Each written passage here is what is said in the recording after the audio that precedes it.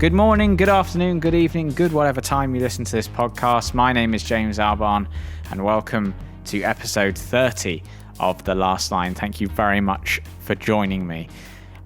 If you listen to the last episode of the podcast, then you'll know what's coming today. I mentioned at the end of my podcast that I'm speaking to Joe Dittmar, a survivor of 9/11. It's the 20th anniversary this year of 9/11. And just before Christmas of 2020, I spoke to Joe, who is the founder of the Always Remember initiative, which tells the stories of what happened on that day, specifically Joe's experience being in 2 World Trade Center in New York on 9/11, and keeps the memories of the people that lost their lives that day alive, and keeps the story in people's minds for people as well who, you know, like me, are kind of were too young at the time to really know the extent of what was happening that day. So there's not much I can do to cue up this episode other than to tell you that obviously it's a conversation about 9/11 from someone who was there, so there will be stuff in it that you might find upsetting. And so just to let you know that as a warning before you go into the episode. But for now, here is Joe Dittmar.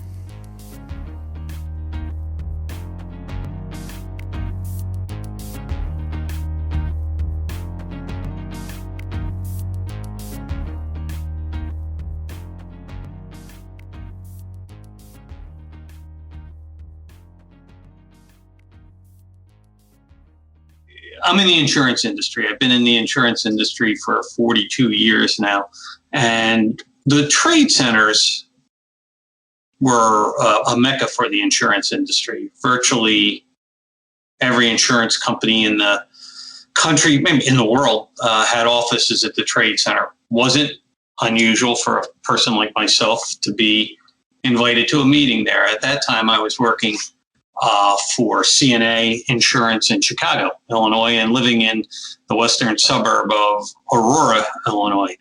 And in August of 2001, a woman by the name of Mary Weeman from Aon asked me to attend a meeting at her offices in New York the following month. Again, not an unusual request. The thing was, I didn't really want to go to this meeting. I had a chance at the same point in time to go to another type of insurance meeting that involves aluminum or titanium sticks about this long, little metal heads on the end of the grass. Yeah, I had a chance to go to a golfing boondoggle at about the same time. So I thought, I don't know, I kind of gave Mary the line of, I don't know if I can make it. My calendar looks a little heavy. And in that phone call, Mary proceeded to do to me what every woman in my life has been doing to me since the day I was born: Catholic guilt. You know, right? And she was, sure, Joe, no problem. You know, yeah, I understand. Okay, nobody from your company will be there. It'll be, kind of real underrepresentation, but that's all right. But I understand. And then she kind of paused for a second, and she said, Hey. Do you know the president of your company? And I said, yeah, I report to the president of the company. Why do you ask that? And she says, oh, great. I have a meeting with him next week. I'm going to let him know that nobody from his company could make my meeting in September. And I thought, yeah, right. Okay. I get how this works. Fine. So I caved. And I told her, I'd go to the meeting. I thought of something my dad used to say all the time, which was plan your work your plan. And I thought about that, and I thought, yeah, I can plan this. I can work this. I just got to have a plan for it. So that's exactly what I did. And so on the Friday before that Tuesday, I flew back from Chicago to Philadelphia, which was the city I was born and raised in and where my parents were still living at the time. And I visited with my mom and dad that Friday. On Saturday, I visited with my sister, who still lives in Philadelphia. And if she were on the call, she'd tell you I don't visit her enough. And now I can use COVID as an excuse. And I can see you've got a Philadelphia Eagles decal on your wall behind you as well. Hey, you're good. Hey, I'm into my American sports, so.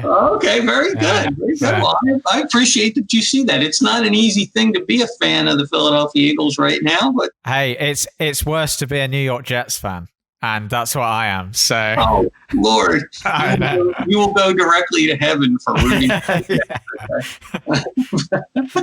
Yeah, but big fan, and it's funny that Sunday of that weekend I was talking about, I went to the Philadelphia Eagles St. Louis Rams football game. That's what they were then, St. Louis Rams, with my son Joe. My son is an interesting dude. He works for Valero Oil, and he works on a pipeline, and he has a very tough job. It's he's a guy that leads a team of people out onto a pipeline. If it's exploded, there's a fire, there's a breach. Tough stuff, okay? Yeah, he's about my height, so he's 5'8", so he's short. And the good news for him is he's in great physical shape. I'm not. But was interesting when we came out of that game that day, this little macho guy, like he thinks he is, we're about halfway through the parking lot, and he gives me this big giant hug and a kiss. Pulls me over like this and whispers in my ear, I really miss you, Dad. And I pushed him back a little bit. I saw a tear in his eye. I knew he wasn't crying because of the game, because the Eagles beat the Rams, and back then everybody beat the Rams. I think it was just a pretense of what was about to occur. We just didn't know it. It's weird when those moments happen that I guess that may have stuck in your mind even if 9/11 didn't happen, because maybe it's a slightly it's not every day that he does that. But I guess post what happens, that takes on a huge meaning. And it's funny how those moments in life can suddenly take on that sort of huge meaning. Totally magnified that happening. Totally magnified the fact that I went back on a Friday to go to a meeting in New York on Tuesday, to go back to Philadelphia, visited my mom and dad, visited my sister. These are things that are not routine, okay? And so as a result, they all flash back at you. That Sunday night, I headed down to Marriott Golf Resort in Absecon, New Jersey, Seaview Country Club. And I got up on Monday morning, had that golf round that I was talking about, had a fun lunch with the folks I was golfing with. We had a real insurance meeting on Monday afternoon. We were going to have an insurance-based dinner on Monday night. Insurance-based dinners are notorious for beginning and never ending, and usually there's a bar involved. So, it was one of those things where I said, I knew I couldn't pull an all-nighter with these guys, and I told them that. I said, listen, I got a plan. Have you been to New York? Yeah, 4 or 5 times. Yeah. Okay. Mainly for sports trips, basically. Hockey, football, basketball. Yeah. One of the things that then, and one of the things that the world can share with everybody that lives in the area, is that if you don't have to drive into New York or drive around New York, you're not going to do it. Okay.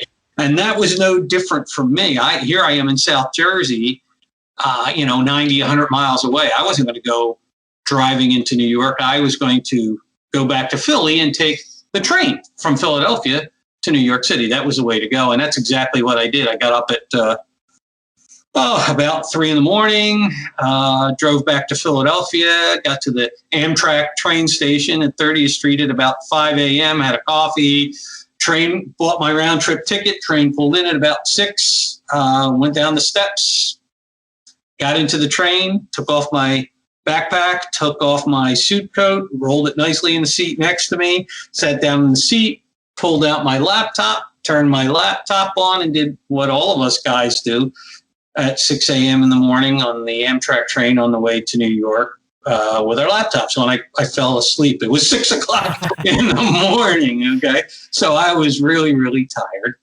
And about 2/3 of the way up, my cell phone rang. I know you're a young man. Yes, there were cell phones in 2001. Okay, but cellular was a little bit different then. But it was interesting because I tell people all the time, cell technologies changed the way we live our lives. Back in the day when I was going to an insurance meeting in the 70s or 80s or 90s even, you'd have a plan. It was an itinerary on a piece of paper, and it had all the phone numbers that people could call. There was a thing called the AT&T long distance card because it cost a lot of money to make long distance calls. So you weren't going to pay for them. You'd get the company to pay for them. So you had to have this big ass plan in order to do this meeting. Okay. But with cell phones, wherever you are, that's where you'll be. You can be in England and I can be in Delaware. And, we can be talking to each other. And it doesn't cost you or me any more money than it did if you called down to the pub down the street to order a burger. Okay. So life is different. And that wasn't all that much different in 2001. Okay. I'm on the train. Right before this meeting, I had told my wife, not a lot. I had mentioned to her, I said, listen, I got a meeting in New York on Tuesday. I'm going to go back to Philly for the weekend, go to the game with Joe, go to the meeting Tuesday morning. I'll be back Tuesday night. Love you. That's kind of basically all I told her. So to the point, I'm on the train, fast asleep, cell phone rings, pick it up. It's my wife. And I'm asleep, and, she said, oh, my God, I'm sorry. I didn't mean to wake you up. And I said, no, you know what? No, I'm really glad you did. I said, the train's getting ready to pull into Newark and I have to get off. And she said, Newark, I thought you said you were going to New York. I said, yeah. Oh, I am. I said, but it's easier to get to the World Trade Center if I take the PATH train from Newark because it stops right underneath the Trade Center in New York City. So that's what I'm going to do. So that day, I told my wife exactly where I was going to be. Exactly. Got off Amtrak, got onto the PATH with thousands of other New Jerseyans, made my way into New York City. When I got to World Trade Center, the South Tower, and I walked in, the thing that always amazes me, even to this day, the thing that I still think about all the time is when I entered the building, was how incredible these security people were in these buildings. Both of those buildings had as many as 25,000 people in them at any particular point in time. 25,000 people. Had you been before as well, or was this your first time? Oh, yeah. No, this was not my first time. But again, just like you were saying earlier, things you remember that you noticed and things that really stuck out to you. And it stuck out to me that day because you got as many as 25,000 people in this building. But these people seemed to know who belonged in their building, these security people, simply by looking at your face. No identity card, no anything else, just looking at your face. I walked in, this guy, gives me the wiggly fingers over to the security desk. And I go over just like I'm supposed to. And he took my picture electronically and he put that picture on a little white card. And on that card, as a matter of fact, let's see if we can do this. Can you take a picture with this? I might be able to, yeah. Yes, I can. See if you see this. Okay, can you see that? Oh, yeah. Yeah. Wow. Okay. So on that little card, there it is. It's got my name, the name of the company I'm visiting, Aon Corporation, floor I'm going to, 105, how long the card's valid to. It's valid until 9/12/2001, and the barcode. So sorry for the listeners.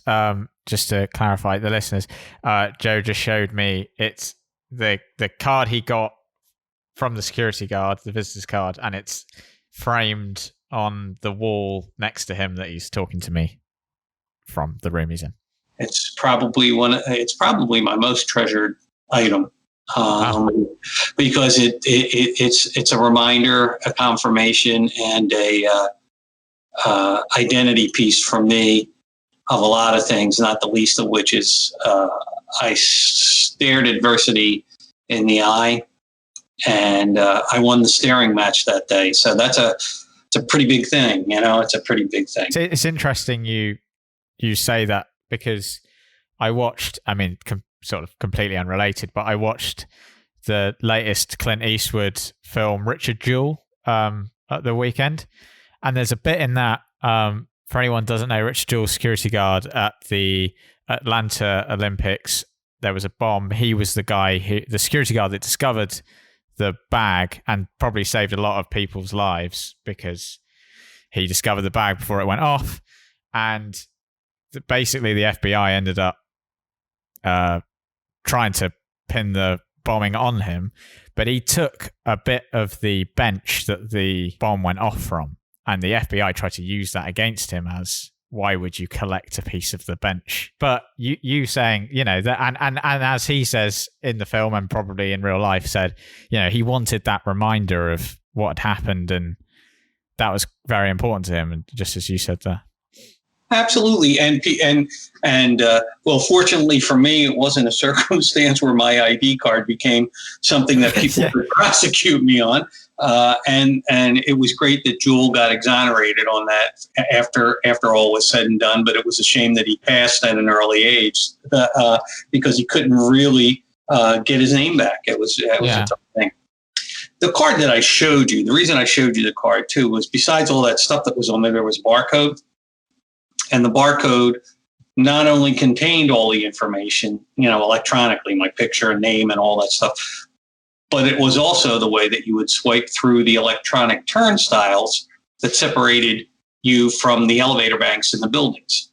Both buildings were identical, 110 stories high each. 110th floor in the North Tower was the Windows of the World restaurant.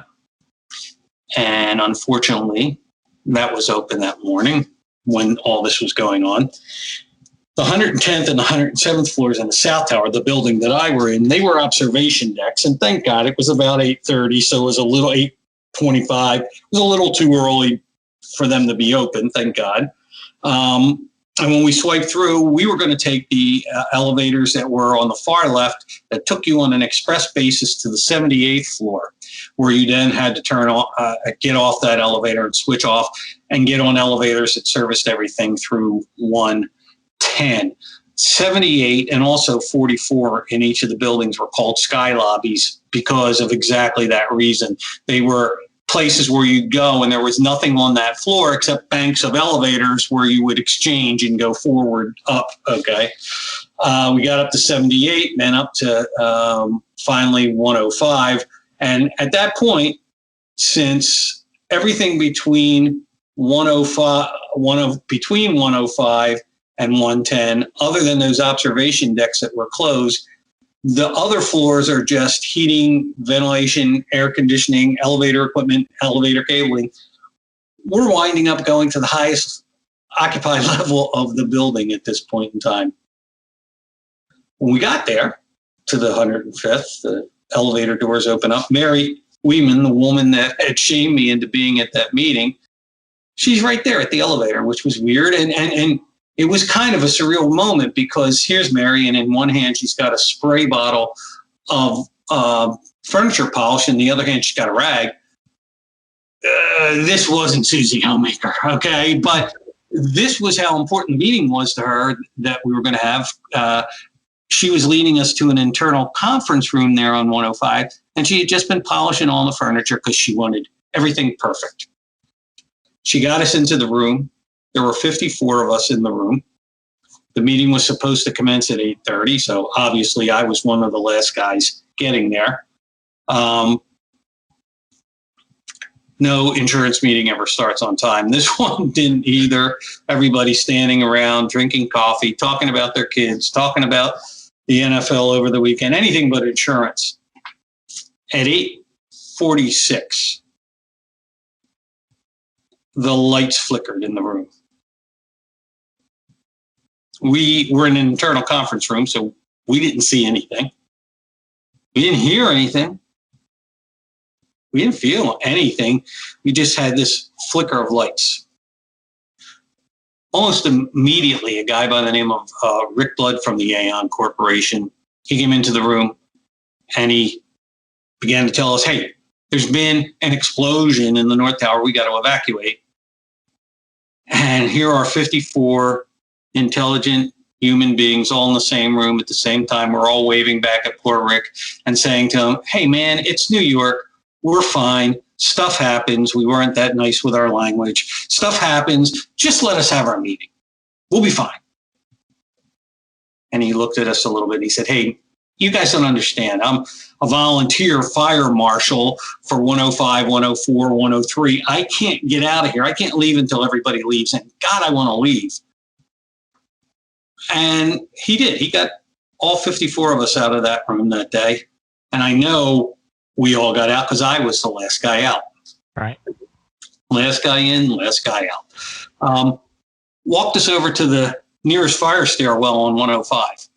And that's where he proceeded to tell us that we were going to now walk down 105 flights of steps. So yeah, what a bunch of happy campers, you know? And it was one of those, again, weird moments. Everybody did the same thing. They all reached into their left or their right pocket or into their suit coat pocket or, oh, this was back in the day and age when everybody who had a cell phone, you were all that if you had a holster on your belt. Oh.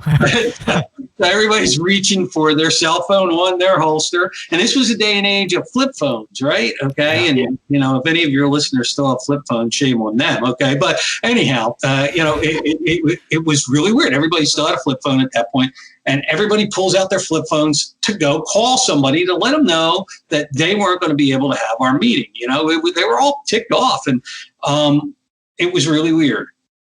All you got on every screen was no service, no service, no service. The main cell tower for all of southern Manhattan was on top of the north building, the first building that had been struck. So cell service was gone. And if you thought, okay, get in a landline, get on a regular phone if you need to really call somebody, good idea, except everybody in New York is now on those landlines trying to call their mom, dad, sister, brother, aunt, uncle, spouse, whatever. And even more incredibly, everybody in the world, and that's not even a stretch, right? Everybody in the world that knows somebody in New York are now calling in on those landlines trying to find out whether their mom, dad, sister, brother, aunt, uncle, spouse are okay. So the landlines were overmatched, couldn't handle the communications traffic. Cell service, gone. If any of your listeners have ever been in the service, served your country well, one of the things that any of them will know that the first thing that happens when you attack the enemy is you cut the lines of communications. And that, whether it was witting or unwitting that day, whether it was knowingly or unknowingly, that's exactly what happened. That's exactly what happened. So you've got this group of 54 type A's on 105 being told they got to walk down 105 flights of steps, and they got no way to communicate. Everybody was pretty pissed. That's really what and I'm sure anybody like yourself are thinking to yourself, well, my God, didn't you know what was happening? And that's exactly the point. Yeah. Each and every one of anybody who was outside of that building anywhere in the world knew way more what was going on outside and inside that building than any of us that were right there. We had no clue. But I also think, like, maybe it's just a very human response to not assume that well, like, you know, nothing on the scale of what happened that day had happened anyway, right? But like, even as, you know, obviously not the same, but as small as, you know, when the fire alarm goes off in this building, because I live in a, you know, there's about 5 or 6 flats in this building.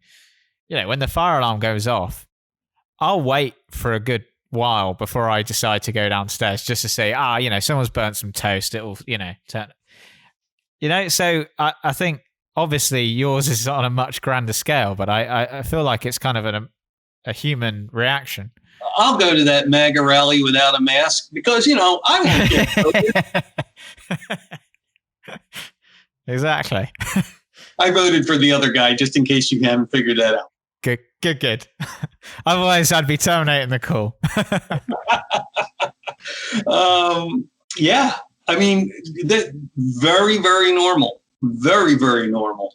I think what worked for somebody like myself, besides Rick making us get out, and even though I had that same thing, I got right into the fire stairwell and started down. And I think it's because, well, I had divine providence on my side. I think I had about 3,000 guardian angels taking me down. But I also had a level of common sense to say, I'm in the fire insurance business. So how ironic is that, right? If there's something wrong, don't stay there, okay? Just move. Don't ask any questions. Just move. To this day, there's a fire alarm. There's a smoke alarm in my house. I'm up and saying, okay, we're getting out of here. We're not going to check to see if it's the battery. We're not going to check to see if mom burnt the toast, like you said, and that's all that's going on. So I was fortunate enough to move along, although just like everybody else in the world, we're all human, right? Got down to the 90th floor as we're walking down. The fire stairwell door at 90 is propped open. Shouldn't have been, but it was propped open to go out onto the 90th floor. And everybody's filing out of the fire stairwell and onto the 90th floor. I'm in the fire insurance business. I know better, like I said, right? I followed everybody out. I didn't know if I had to switch to another fire stairwell. I didn't know exactly what the way the building was made up. I can tell you that when I got out there and looked out the windows, it was the worst 30, 40 seconds of my life.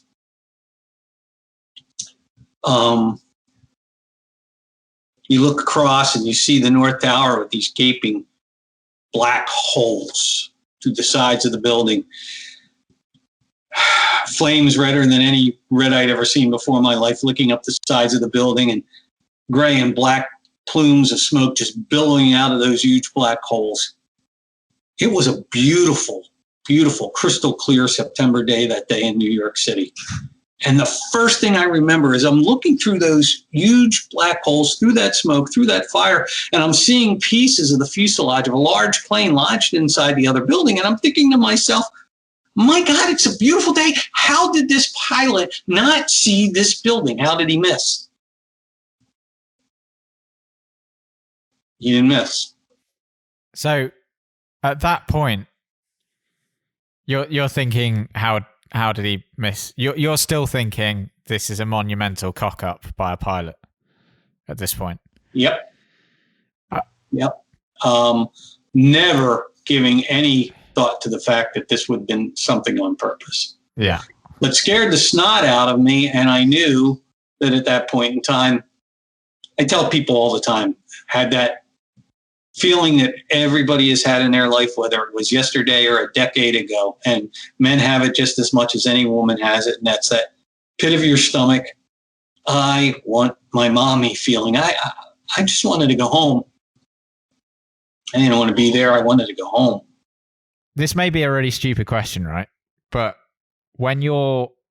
because you're looking at it and you're thinking it's a pilot error and it's an accident, is there a part of you at that point that goes, even though you've just seen the worst thing you've ever seen, is there a part of you that thinks, well, we're all right then, because like it's not going to happen again? And do you think that was the reaction, at least with people in the building with you that thought that?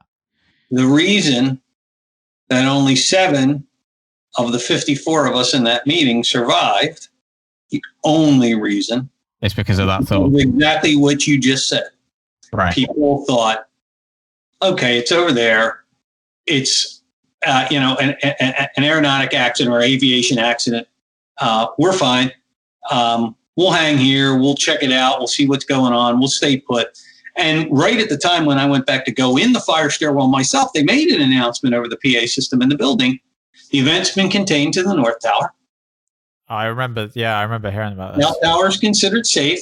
If you are working the South Tower, return to your workstation. If you're a visitor, stay where you are until further notice. If you feel you need to leave, please proceed with caution.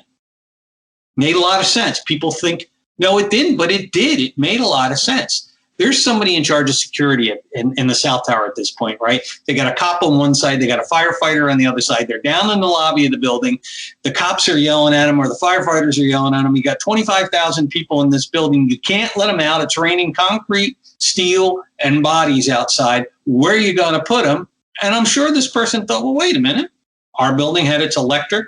It had its, all the air conditioning and the the elevators were going up and everything was copacetic, right?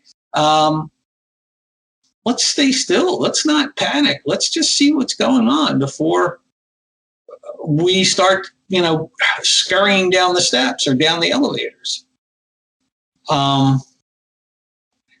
Being born and raised in Philadelphia, and I'm sure that even England, Philadelphia has its reputation. But being born in Philadelphia, you're raised not to like New York. So it wasn't a hard decision for me to say, I'm getting out of here. I'm not staying here. Every time I come to this godforsaken town, something's going on. My Lord Jesus, God, come on, let's go. So I started to go down those steps at that point, even though they were telling us not to. When I got down finally to 78, that sky lobby level that I had mentioned, one of the sky levels, Mary Weeman, the woman I've mentioned several times, she's out actually in front of me at this point, screaming back at me to go to the elevators with her. She's telling me how, in no uncertain terms, she's not going down more steps in her shoes. She's taking the elevator, and she was using an adjective that probably you guys don't use in England that starts with an F. But, it was just her way. She was a strong leadership person. She was determined. And it's funny because my immediate thought was, nah, I'm not going on an elevator. I know it's not our building, but you're not supposed to go on an elevator if there's an emergency. You're supposed to use a stairwell. And this is all going through my mind. Best decision I've never made in what is still my life. I waved at Mary. Didn't even say a word to her. Yeah. Just gave her one of those waves. Turned and went back to the fire stairwell. And like I said, best decision I probably made in my life, because I was somewhere between 74 and 72 when the second plane went through our building. And that plane plowed through our building between floors 77 and 82. We were just a few short stories below the strike zone. Never felt anything like that in my life. I hope to never feel anything like that again.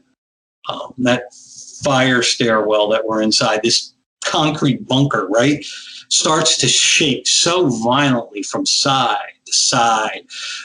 The concrete starts spidering out. The handrails breaking away from the wall. The steps were like waves in the ocean, undulating underneath our feet. And we feel this heat ball blowing by us, and we smell this jet fuel. And this thing's just rocking and rolling back, forth. Man, it felt like forever. Maybe it was seconds, maybe a minute. And it finally settled. And you would think there would be this mass pandemonium, mass craziness, right? Nothing but a stunned silence. It was so weird. Everybody kind of just came through, gathered their thoughts, did the exact same thing that we had done when we were up on 105. Everybody's yanking for their phones again. And, thank God at that point in time, those things weren't working, because at that point in time, ignorance truly was bliss. What we didn't know couldn't hurt us. We couldn't communicate with anybody. They couldn't tell us how bad this thing really was. We didn't really know how bad this thing was. We're conjecturing that, yeah, we saw the plane in the other building, a fuel cell exploded. That's why we smelt the jet fuel, felt this heat ball blowing by us, why the building shook. We never in our wildest dreams thought that a plane had gone through our building just a few floors above where we were. And I imagine if you had known I'm guessing there was panic anyway, right? But like, but that's the part that was really weird. You just carried on walking. There was no. I was just about to tell you that it was one of those moments in my life that none of us get the chance to see that often. But you've seen it where you are, and you've seen it every place else in the world. When there is a crisis, when there is an emergency, it is amazing how people push that aside and say, hey, we got to get stuff done, okay? We got to make sure everybody, and this was one of those moments where there were people in that stairwell coming into the stairwell. They were on crutches, had a cane, overweight, coming out of a wheelchair, just scared to death. And people just like you and me, we helped them. We aided them. We were helping them both psychologically, emotionally, even physically. I saw people carrying people that they shouldn't have been able to be carrying. Human nature at its finest. Just an amazing, amazing thing. And it happens in the UK and it happens in the US. It happens everywhere. At a moment of crisis, we respond. And we saw it right there. I mean, one of the most heartening moments of this horrible, horrible event. And, you know, we hope to be able to see it more and more and hope that we can relive those types of moments more and more. We saw it a little bit at the beginning of COVID. We're pushing now that we want to get back to life as normal. We want to be in the pub. We want to do all these things. But you know what? We've got to be able to respond and do the right thing. And we will. I have faith.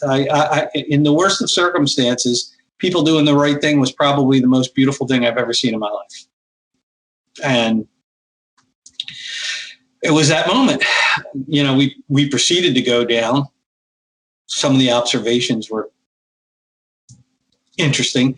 For instance, at one place in one time, I have never seen so many pairs of women's shoes as were in that stairwell that day. I mean, if you're 70 flights above ground and you're in 3 or 4 inch heels, like they say in New York, forget about it. A lot of barefoot. Yeah. If you wanted a new laptop computer, that was your day. There was more electronic equipment and bags and overcoats and backpacks and briefcases stitched in there than you could believe. But people were just lightening their load so that they could make their way down and not have to carry as much as possible. Not me. I kept my suit coat on, kept my backpack on my back, had my laptop in there, and back then laptops weren't quite as light as they are now. I carried that sucker all the way out, you know. But everything was pretty copacetic, and we were all heading in the same direction until the 35th floor. And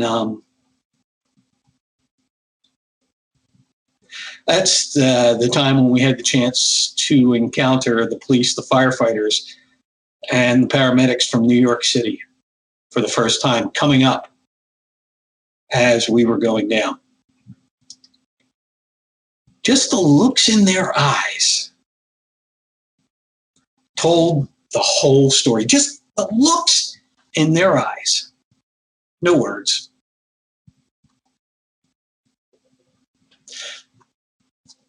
They knew that they were going up those steps to try to save lives that they couldn't save. They knew that they were going up those steps to try to fight a fire that they couldn't beat. And they knew that they were going up, and they knew that they were never coming back.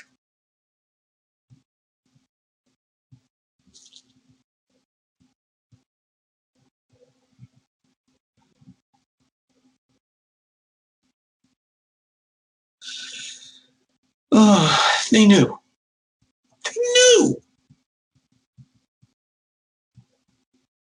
I don't know how you can be that brave or be that strong.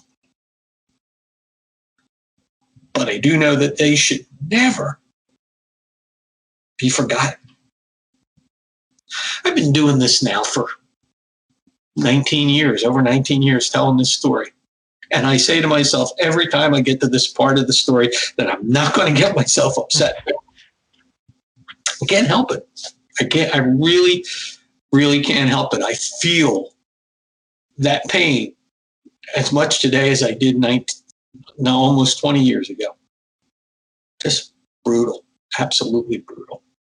It feels like because there are some people when they have an experience like this where they can't really remember a lot, and they can't, there's not the sort of, because it's so shocking. There's some people that go through things and then can't remember anything out the other side of it. You seem to have quite vivid recollections of what happened.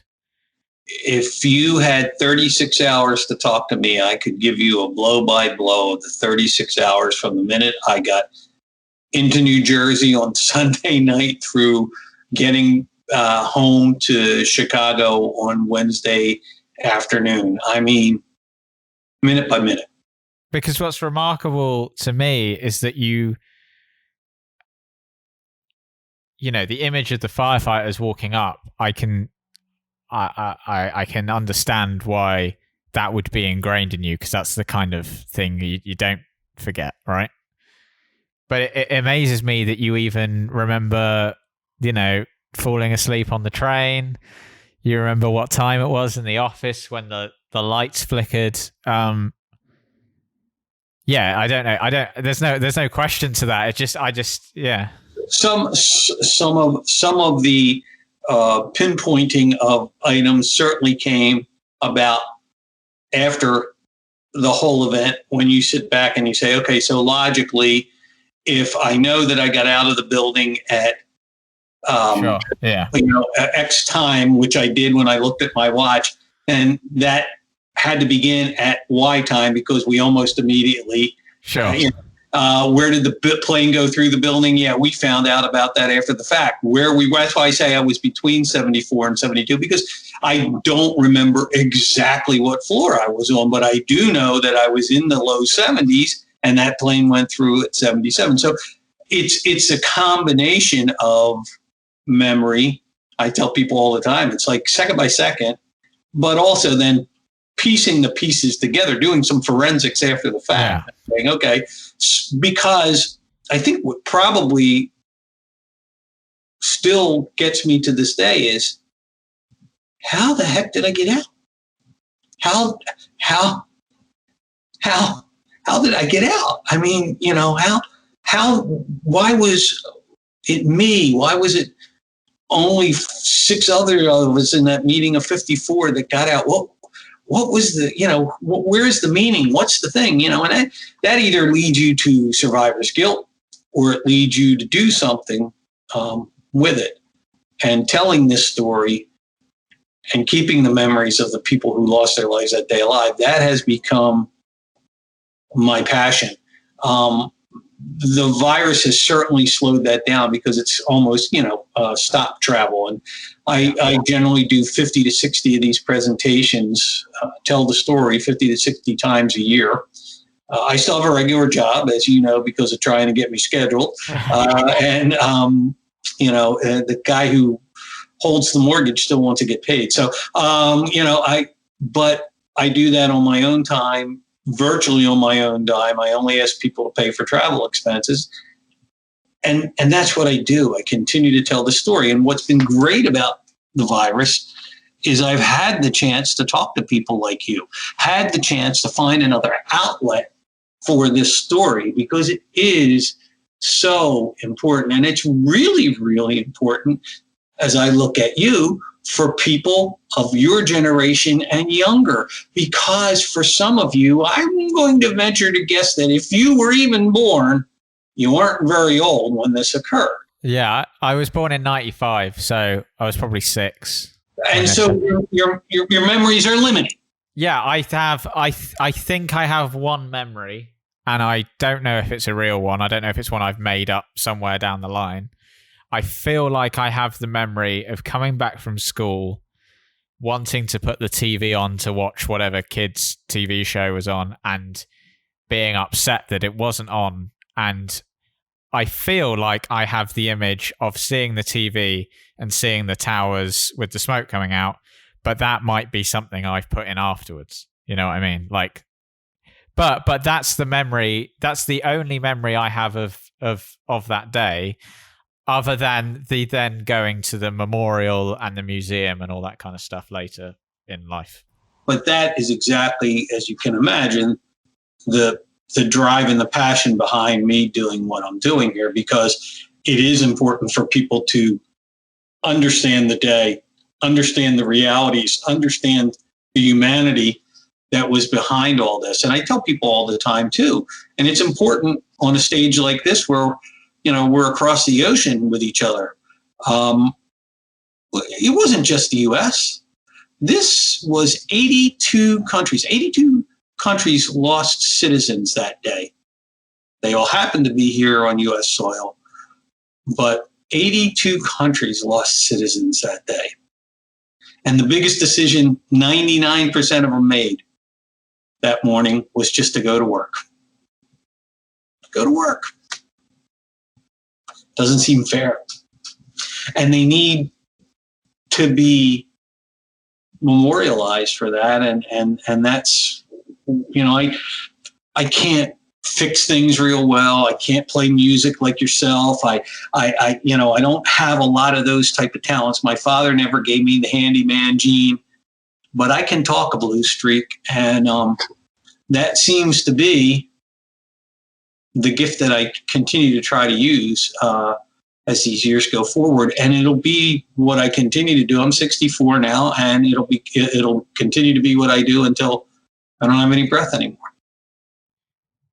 So you've just passed the firefighters on the stairs. How, obviously you got out because you're talking to me. When did you get out? And then what happened after that point? I think it's good to know that, you know, as we made our way through and down, and when we got down into the lobby level of the building, they couldn't let us out at the street level because it was, like I said before, raining concrete, steel, and bodies, and you could see the twisted steel and the crumbled concrete and these big red markings or blotches on the ground, and you knew what they were.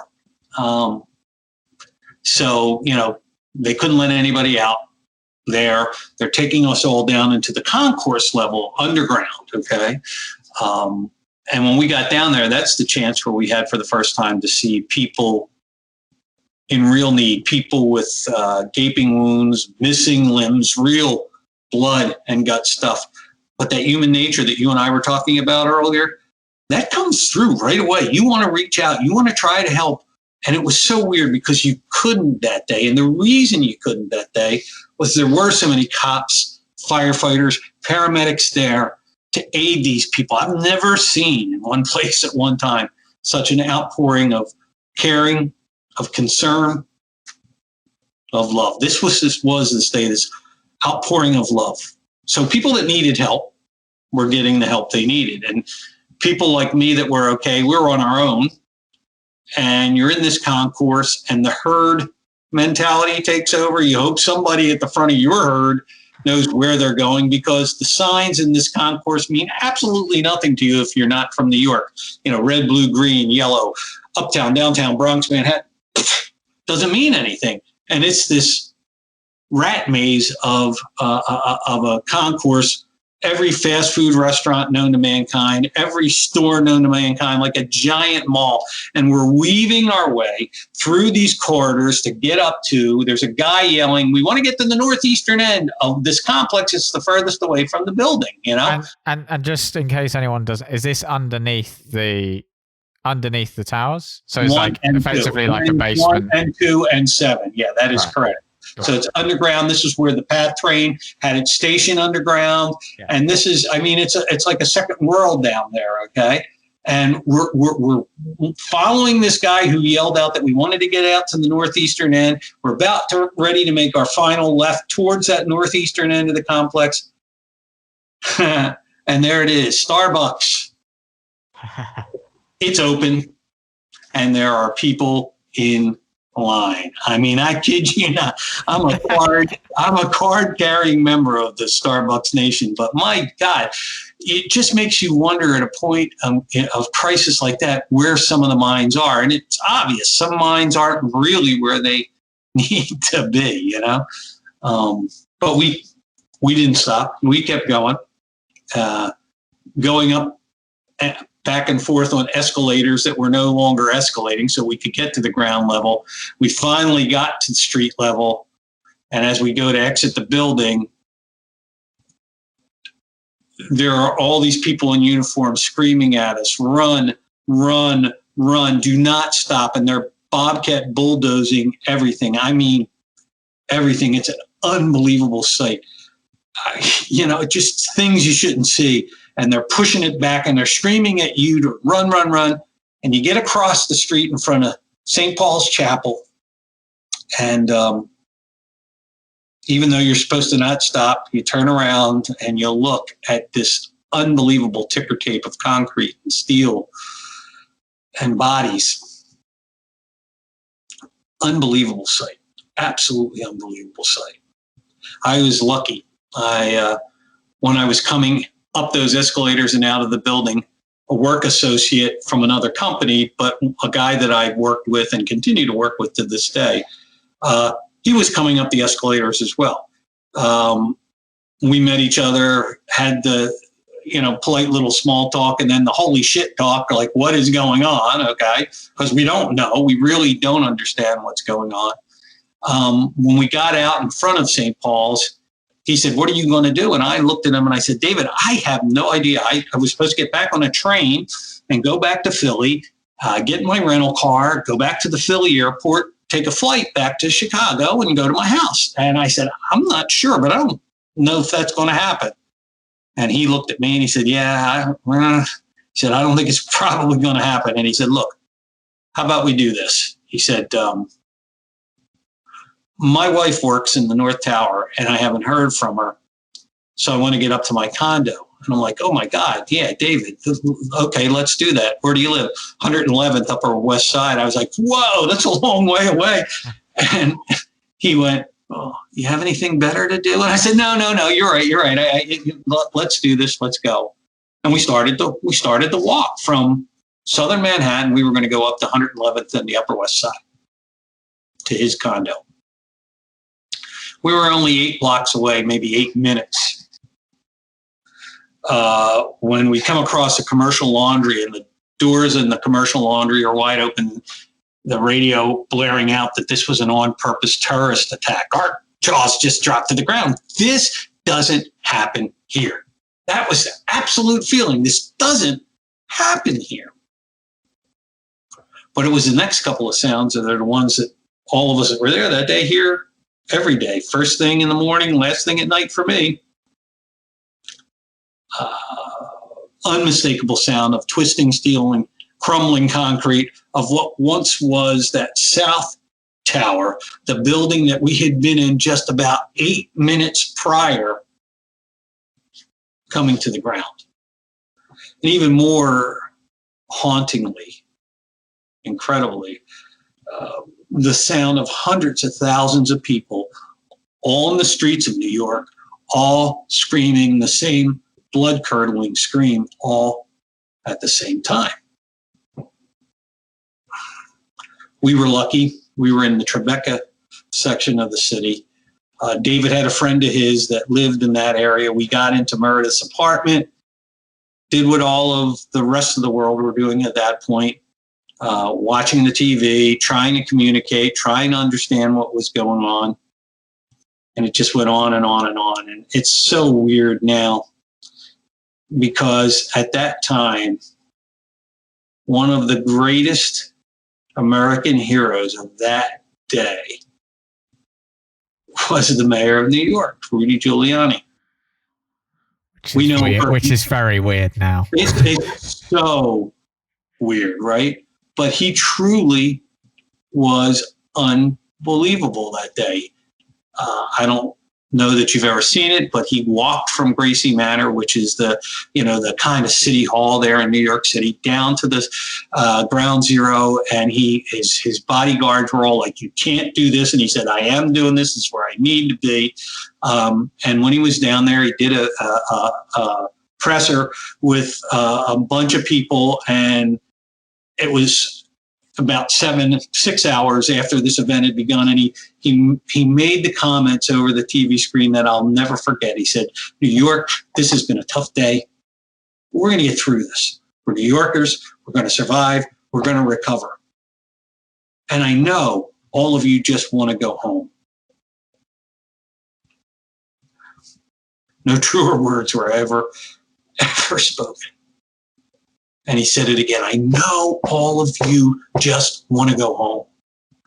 We believe we've mustered enough confidence in our uniforms and our cops, and we're going to reopen the subways." Reopen the subways? My God. I mean, this is like an unbelievable call, right?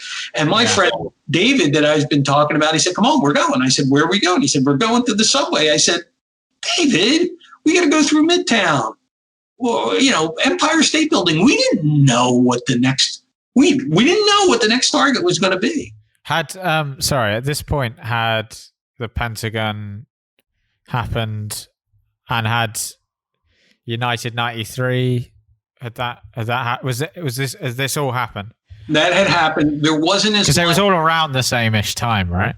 Yes, that's correct. And 93 probably got the least amount of notoriety on that day, simply because you had the trade centers going down, you had the Pentagon gashed in the side.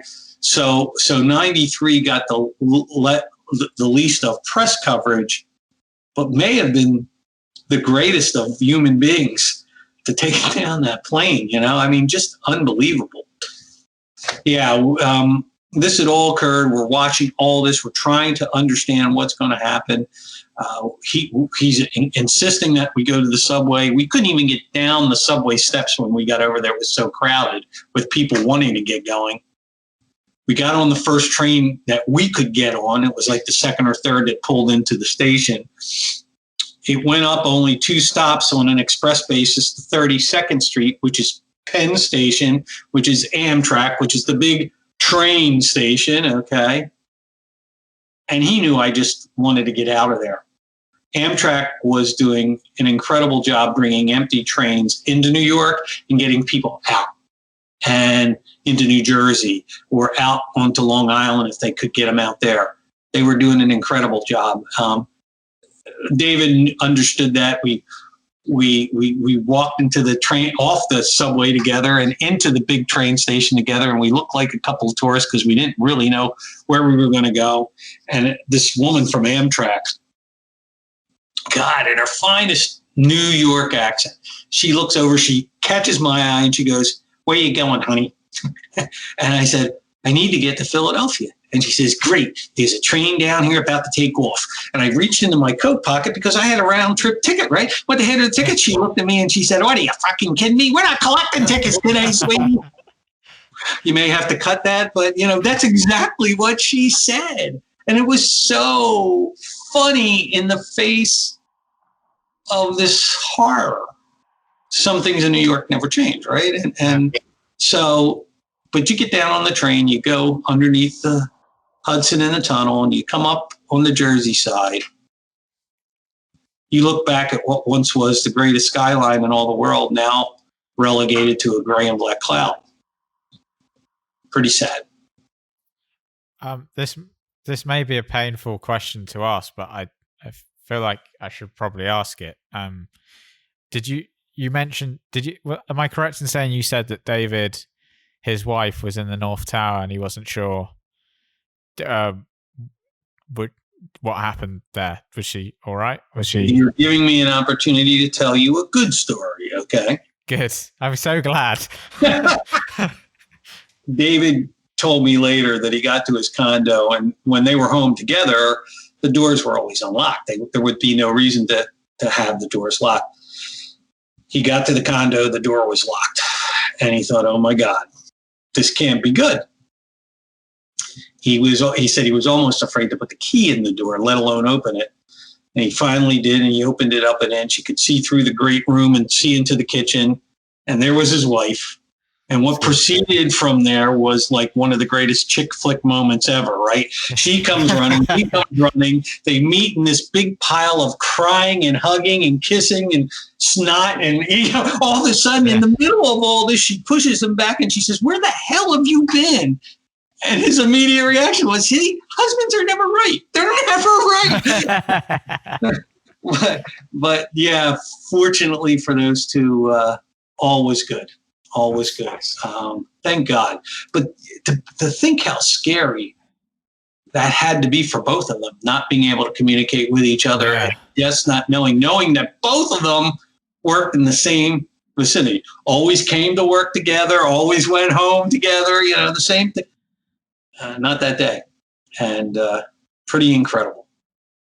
At what point did you feel, so when you were on the train on the way home, did you feel safe yet? Yeah, I'm going down to Philly, hopefully to get into a rental car, thinking that maybe I'll go to the airport, right, to go back to Chicago.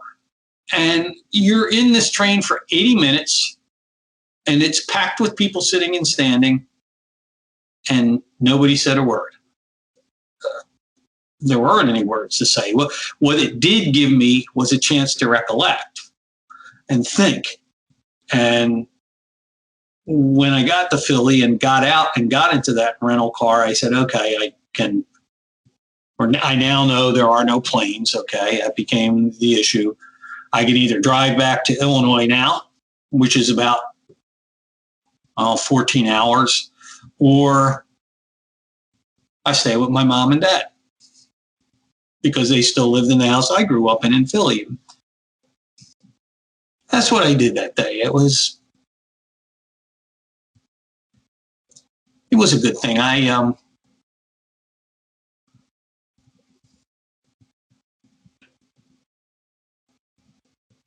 went up to Northeast Philly where my parents' house was, and my mom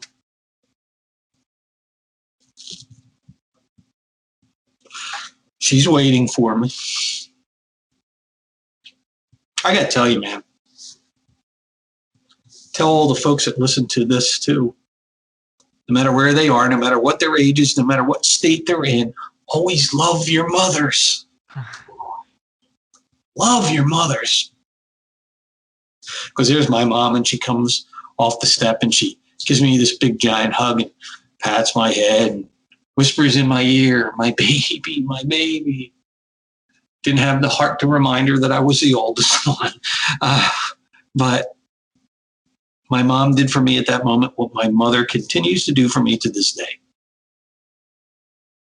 She helped me and she loved me. And boy, at that moment, that's exactly what I needed, was my mother's love. Helped me into the house, hit the floor in front of the TV, passed out, I don't know, mental exhaustion or physical fatigue. About 2 a.m, I feel this kick in my side, and I rub my eyes, push my glasses back. My father, he's hovering over me, and he says, well, aren't you ever going to go to bed? And I went, oh my God, I'm 17 again. It's like, oh. But I did what he asked me to do. I went upstairs, got a couple hours sleep, woke up early the next morning, called the office when I woke up to let them know that I wasn't going to be in. And it was a good thing because they thought I was dead. And proceeded to make the 14-hour trip back to Aurora, Illinois. I did it in 12 and a half hours. I wonder why. But, it was one of those days, too, where I just wanted to talk and be talked to. I don't know what my cell minutes were like that day. This was before rollover plans and national plans like we have now. I didn't care. It just felt good to talk and be talked to. And I'm about 10 minutes away, 15 minutes away from home, finally. I call my wife for what's like the 50th time, I think. I said to her, I'm almost there. I said, maybe 10, 15 minutes. She said, okay. And I said, hesitation, something going on. And she said, well, yeah, they decided to have a mass at Our Lady of Mercy Church. And I stopped her mid-sentence and I said, you know what? It's a good day to go to church. I'll be there. I'll meet you there. Pulled down the Eola Road to get to the church. Couldn't get into the parking lot. You would have thought it was Christmas. No room at the inn, right? I mean, and finally found a place to park. And when I opened the back doors to that church, I don't know whether I was more afraid at that moment or the day before. You see these hundreds of pairs of eyes all staring back at you, all at this point now, knowing where you had been, what you had experienced. And I looked over to the right, to the pew where we always sit. We're Roman Catholics. We always sit in the same pew, okay? And there's my wife, a couple of my kids, and some of my friends. You haven't even seen my wife walk through here. She doesn't like to talk about this. This isn't the best memory in her life. She's not a demonstrative person like that. So that's what made it doubly unbelievable to see her jump over the back of the pew, run to the back of the church, give me the greatest hug and a kiss a man could ever want. And I knew at that moment, I was home. Yeah. I was home. You got the story, brother. Thank you. This is something that, I don't do it for fame and fortune. I don't do it for notoriety. I do these presentations, but I don't charge. It wouldn't be right to charge for something like this. I do this because I think as a person who's been part of a historical event, it's my obligation. It's my duty to tell the story, to give a voice to the 3,000 people who lost their voices that day, and to allow those people to have their spirits rise once again, reminding them that while they may have lost their lives, they didn't lose their lives in vain. And I seek no payment, but I do ask for compensation from everybody that listens, that they always remember and they never forget. It's a weird one for me as well. I mean, thank you so much. It's a weird one for me as well because I'm kind of like, it's kind of a difficult one because, obviously part of why I asked you to do this is because I found your story interesting, right? So there's an interest element, and it's kind of weird for me because I'm also conscious that you don't want to make these things. You don't want to come across as someone who's just doing it to make their podcast interesting and entertaining. You know what I mean? It's kind of a weird. Here, let me make you feel better. Okay. You think I'm doing you this favor by giving you some fodder for your podcast. Good for you. And I'm glad that you can use it. But you're actually doing me the favor. This is catharsis. This is release. And letting me tell that story over and over and over and over is what keeps me sane. It's what keeps me from going off the deep end. It's what keeps me from crying every minute of every day. So trust me. I thank you. Because you give me an opportunity to continue to heal. Even though it is 19 years later, you give me an opportunity to continue to heal. And it's important. You're going to play this, and you're going to have people listen to this, and they're going to hear that this just wasn't some kind of thing.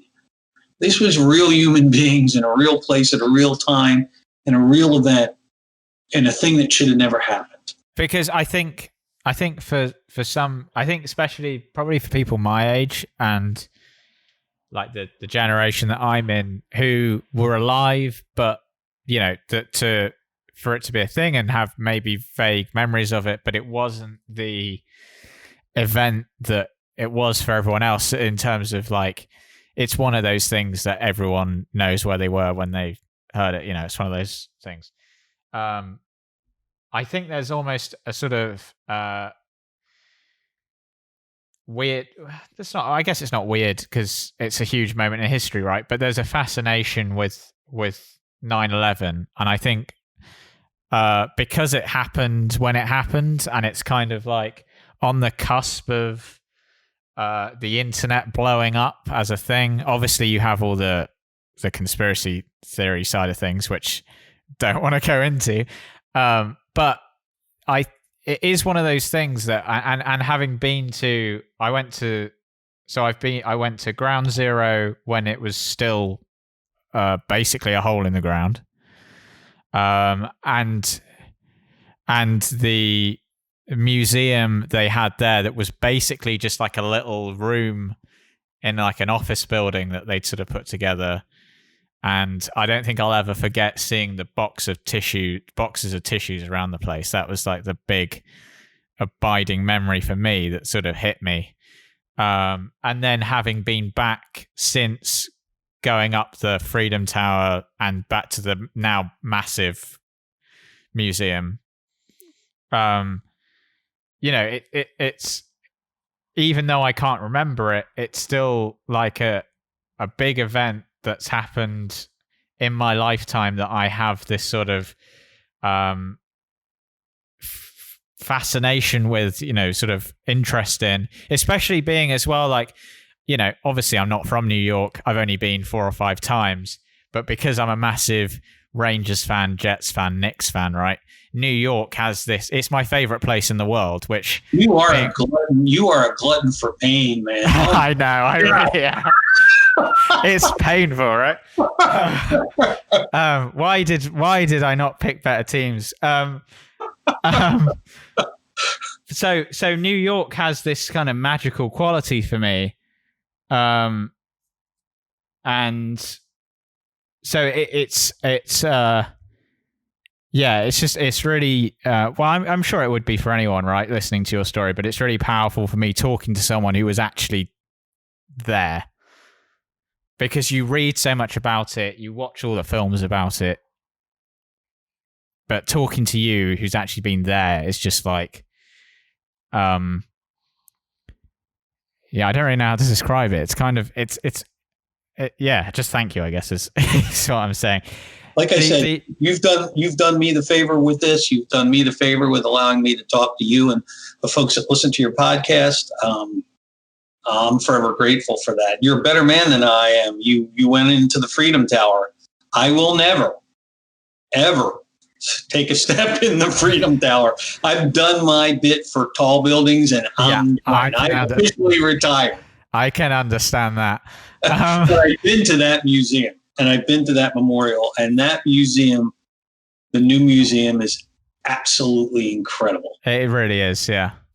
I mean, we went. It was in the midst of, so I go to New York with my dad, because we go for the sport, right? We go to watch New York teams lose, and we went to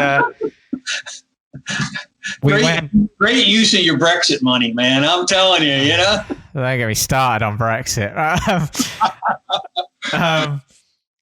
We went to the time before last. We went to the new museum because we both hadn't been yet, and we didn't. I think we got out of the museum and didn't really talk to each other for a good couple of hours after that, and we went into a McDonald's, got a chocolate milkshake. Weirdly, there was a DJ playing, which I've never seen before in a McDonald's. I don't know if that's something you guys have in America that's just a bit weird. No, that sounds like a real New York thing. Okay. Yeah.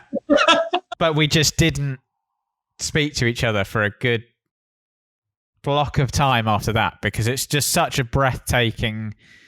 I mean, if you were ever going to sort of rate designs of museums, it's so well done and so respectfully done. It's like... It's a really amazing place, but awful as well. The first time I went, my wife was with me, and we were. I was in there. She did not last out with me, but I was in there for 7 hours. Wow! And when I came out, and she said, how could you be there that long? She said, I was upset after the first 15 minutes. And I said, yeah, but you forget everything that's in there. I saw it firsthand. Yeah. I saw the real thing. So for me, the emotion still comes out in the speaking of and in the memory of it, but not necessarily looking at the artifacts or the that are there. But it is, you can't impact. I think the only impact you could make stronger than that museum was what you initially saw, which was the hole in the ground. Because I always tell people that was a true statement. That hole in the ground really lets you know, my God, this is what happened. You know what I mean? This is what happened. So, I did want to ask you one more thing, because you mentioned there that talking about it really helps you. And often people say talking about stuff is the best way to, you're always encouraged to talk about things, but I think a lot of people, probably myself included, a lot of people wouldn't want to talk about it and wouldn't talk about it. Why do you think you're different in that regard? What made you realize that you needed to talk about it to help you? I had no other way to release this. In my younger days, I was a radio and television communications major, wound up in the insurance business, but I had been a DJ early on. Not in McDonald's. Not in McDonald's. Yeah, but I was a DJ during the disco era. That all aged me totally, okay? And enjoyed it and had a ball. Thought that was going to be my future. So the point of this being that there was always a gift of gab available to me. And so it is my skill. And so I thought that that's what I needed to do, was use my skill. I happened to have a chance to be on Oprah Winfrey 10 days after the event. Remember, I was living in Chicago at the time. So I was easy fodder. She found out about me. Dr. Phil was a regular on her show at that time. And he said something to me that day that I have never forgotten. He said, Joe, this thing's going to stick around for the rest of your life. It's like your shadow. It's going to go with you wherever you go. But you got to manage it. And then he kind of emphasizes it. You need to manage it. So that's what this is doing for me. You're right. Survivors are a funny lot. A lot of survivors don't want to think about it. They want to put it in a compartment in their brain, way in the back. My father-in-law, God bless his soul, survivor of the Battle of the Bulge, heavily decorated from the U.S. Army, never talked about that until his 80th birthday. I mean, they want to make it go away. Yeah. 7 people came out of that room with me, 7 of us in total. So 6 other people came out of that room with me on 9/11. Not one of the other 6 talk about it. Don't want to talk about it. Don't like to talk about it. My one friend says to me all the time, you do all the talking, keep doing it. And he means it as a joke, but I think he also means it somewhat seriously too. And it's just interesting that some people can deal and some people can't deal. But I'm dead serious when I tell you that by doing this, this is what keeps me even keeled. I don't think I would have survived this psychologically had I not been able to do this. And I think I noticed on your arm when you were talking earlier, have you got 9/11 tattooed on your arm? You see that pin? Yeah. It's the same design, right? Mm-hmm. Yeah, I noticed it while you were talking. Mm-hmm. I'm not a tattoo guy. My middle daughter, I have 3 daughters and a son, and my middle daughter is the tattooed lady. She's got more tattoos than anybody I know. And when we were visiting her in her home in Phoenix several years after the event, she said, can we stop at this tattoo parlor because I got to talk to the guy that's going to do my latest upgrade? Fine. my wife and I and my youngest daughter and her, we walk into this place, blah, blah, blah. I'm looking at all the designs. My wife is actually saying, oh, look at this, all these patriotic designs. Maybe you look, I'm not getting a tattoo. The guy who does the tattoos for Kristen looks at me and he said, hey, she just told me your story, man. I said, yeah. It's pretty unbelievable. He said, you need to get something to mark this. I said, nah, I'm not a tattoo person. He looked at my pin. He said, I can do that.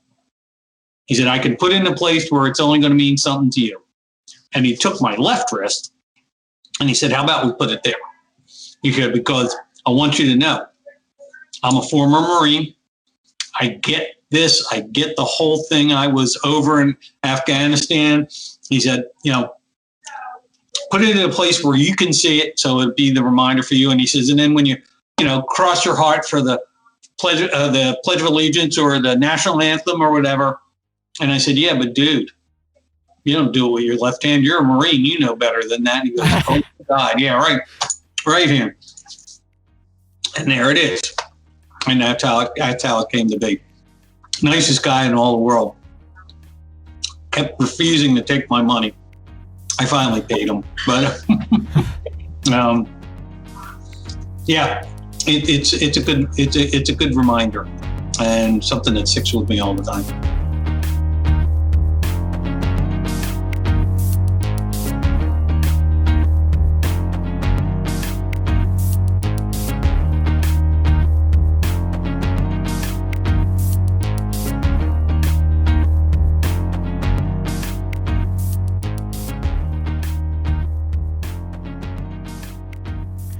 So there you have it, Joe Dittmar. My thanks to Joe for joining me on the show, and my thanks to you, the listener, for joining us this week.